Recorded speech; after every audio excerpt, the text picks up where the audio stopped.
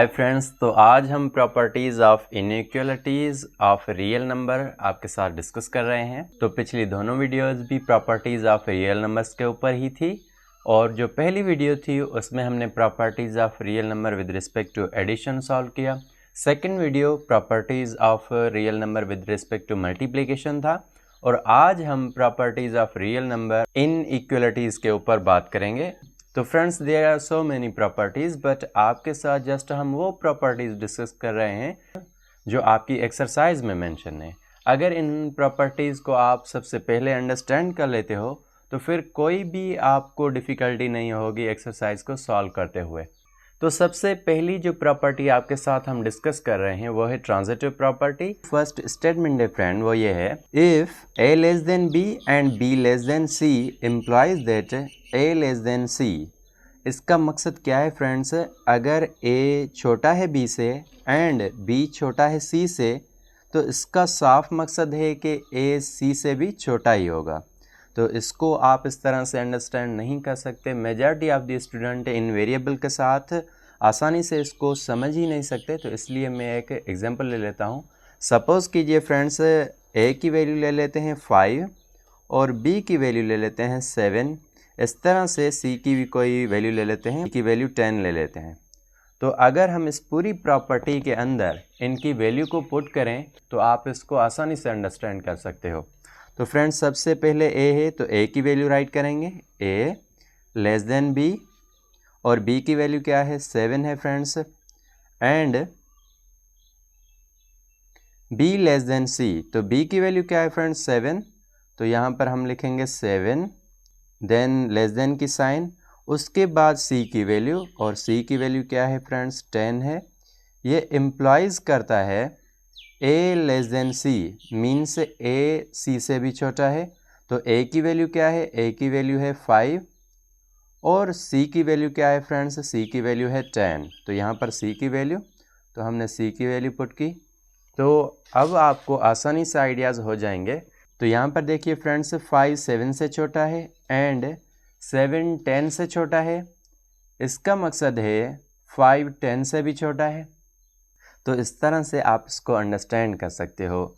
अगर आपको वेरिएबल में समझ ना आए तो आप किसी भी नंबर को लेकर इसको आसानी से समझ सकते हो। इस तरह के क्वेश्चन आपकी एक्सरसाइज में मेंशन है, जस्ट उनमें आपको इनका नाम लिखना होगा कि कौन सी प्रॉपर्टी यूज़ की गई है, या फिर सिंबल्स लिखने होंगे कि यहाँ पर कौन सा सिंबल अप्लाई होगा। सेकेंड स्टेटमेंट है ट्रांजिटिव प्रॉपर्टी की, a greater than b and b greater than c implies that a greater than c।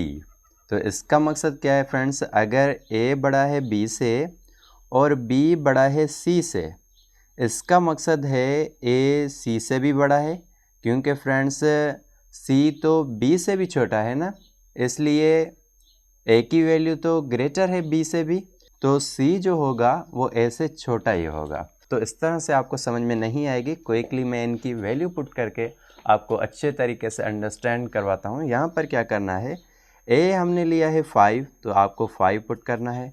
तो a हमने लिया है 5, तो आपको 5 पुट करना है, और फिर क्या है? ग्रेटर देन की साइन, तो आपने ग्रेटर देन लगानी है।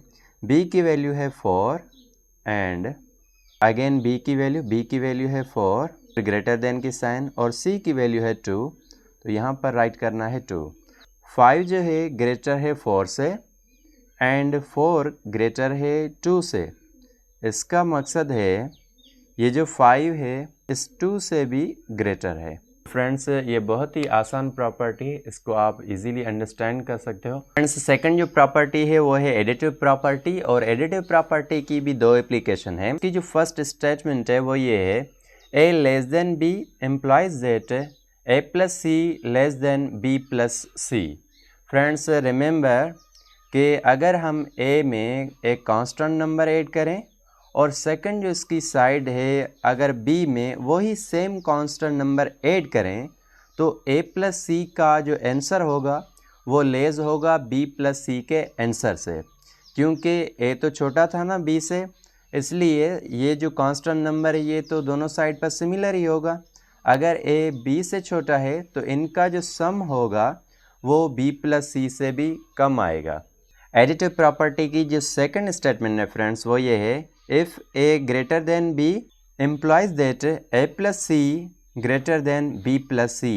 अगर ए बी से ए में अगर कोई भी हम कांस्टेंट नंबर ऐड करें और वही सेम नंबर अगर हम बी में भी ऐड करें तो जो ए प्लस सी का आंसर होगा वो ग्रेटर होगा बी प्लस सी के आंसर से। ये हो गई एडिटिव प्रॉपर्टी। तो फ्रेंड्स थर्ड प्रॉपर्टी है मल्टीप्लिकेटिव प्रॉपर्टी। तो मल्टीप्लिकेटिव प्रॉपर्टी की जो फर्स्ट स्टेटमेंट है वो ये है, if A greater than B implies A C greater than B C. अगर ए बी से बड़ा है तो ए में अगर कोई भी कांस्टेंट नंबर हम मल्टीप्लाई करें और वही सेम नंबर हम बी के साथ मल्टीप्लाई कराएं तो जो ए सी की मल्टीप्लिकेशन प्रोडक्ट आएगी वो बी सी की मल्टीप्लिकेशन प्रोडक्ट से ज़्यादा आएगी।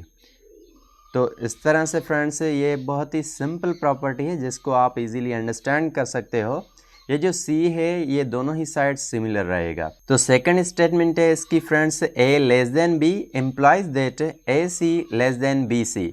इट मीन्स फ्रेंड्स अगर ए छोटा है बी से, इसका मकसद है अगर ए को सी से मल्टीप्लाई कराएं, इनकी मल्टीप्लिकेशन प्रोडक्ट जो है फ्रेंड्स वो छोटी होगी अगर बी में वही सिमिलर नंबर हम मल्टीप्लाई कराएं। तो इस तरह से आप इनको अंडरस्टैंड कर सकते हो कि बी सी की मल्टीप्लिकेशन प्रोडक्ट कम आएगी एज़ कम्पेयर टू ए सी की मल्टीप्लिकेशन प्रोडक्ट से। तो अब चलते हैं क्विकली आज के वीडियो की लास्ट प्रॉपर्टी के ऊपर, तो है रेसिप्रोकेटिव प्रॉपर्टी। रेसिप्रोकेटिव प्रॉपर्टी में क्या है friends, A less than B implies that 1 by A greater than 1 by B. It means A B से छोटा है, जब हम इसका रेसिप्रोकल फाइंड करेंगे तो ए का रेसिप्रोकल बड़ा हो जाएगा बी के रेसिप्रोकल से। तो इस तरह से फ्रेंड्स आप इसको अंडरस्टैंड कर सकते हो। तो इसकी जो सेकंड स्टेटमेंट है वो ये है, if A greater than B implies that 1 by A less than 1 by B. Similar thing friends like first statement की तरह। तो अगर ए बड़ा है बी से, जब इसका हम रेसिप्रोकल फाइंड करेंगे ए का तो वो बी के रेसिप्रोकल से छोटा हो जाएगा। तो इस तरह से रेसिप्रोकेटिव प्रॉपर्टी की दोनों स्टेटमेंट को आप इजीली अंडरस्टैंड कर सकते हो। होपफुली फ्रेंड्स के आपको आज की वीडियो अच्छी लगी होगी। अगर फिर भी आपका कोई क्वेरी कोई क्वेश्चन रह गया हो तो आप हमसे कमेंट सेक्शन में पूछ सकते हैं। अगर आप हमारे चैनल पर न्यू हैं तो चैनल को ज़रूर सब्सक्राइब कीजिए, क्योंकि ये चैनल आपकी एकेडमिक लाइफ में बहुत ही हेल्प कर सकता है। Thank you so much for watching my video.